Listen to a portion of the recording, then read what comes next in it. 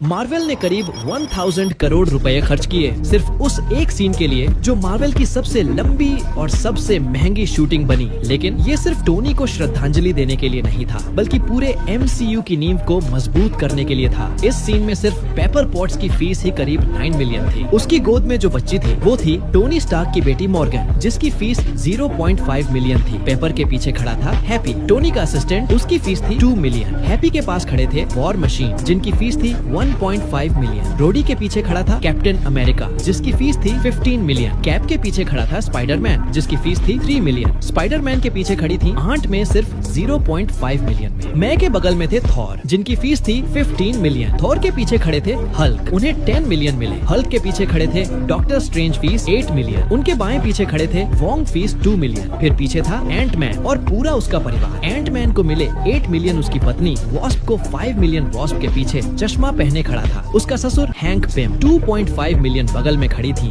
Janet van dine, 1.5 million. फिर पीछे था गार्डियंस ऑफ द गैलेक्सी का पूरा दल। रॉकेट रैकून का VFX ही अकेले 350 करोड़ में बना था। ग्रूट के VFX भी लगभग 356 करोड़ में। उनके बगल में थी मैंटिस, सिर्फ 0.1 मिलियन में। रॉकेट के पीछे थी नेबुला 4 मिलियन। नेबुला के पास खड़ा था star Lord 5 million. Star Lord के बाएं था ड्रैक्स 1 मिलियन। फिर पीछे थे वकांडा के 3 स्टार्स, ब्लैक पैंथर 5 मिलियन। उसके पास थी ओकोए 0.8 मिलियन और उसकी बहन शूरी 0.7 मिलियन। फिर थी हॉकाई की फैमिली। हॉकाई की फीस थी 6.1 मिलियन। उसकी पत्नी लॉरा जो एजेंट 19 थी, 0.15 मिलियन। फिर सबसे दाहिनी ओर थी वांडा 4 मिलियन। उसके बगल में थे विंटर सोल्जर 5 मिलियन और सबसे दाएं खड़े थे नए फैल्कन 3.5 मिलियन। बकी के पीछे खड़ा एक छोटा बच्चा था। कहा जाता है कि वो टोनी स्टार्क की सोलो फिल्म में था, पर पक्का नहीं। बच्चे के पीछे थी एजेंट मरिया हिल, उनकी फीस गुप्त है। हिल के पास थे जनरल रॉस 2 मिलियन। सीढ़ियों के बीच में खड़ी थी कैप्टन मार्वल 10 मिलियन। और सबसे आखिर में जो सिर पर टोपी और आंख पर पट्टी पहने थे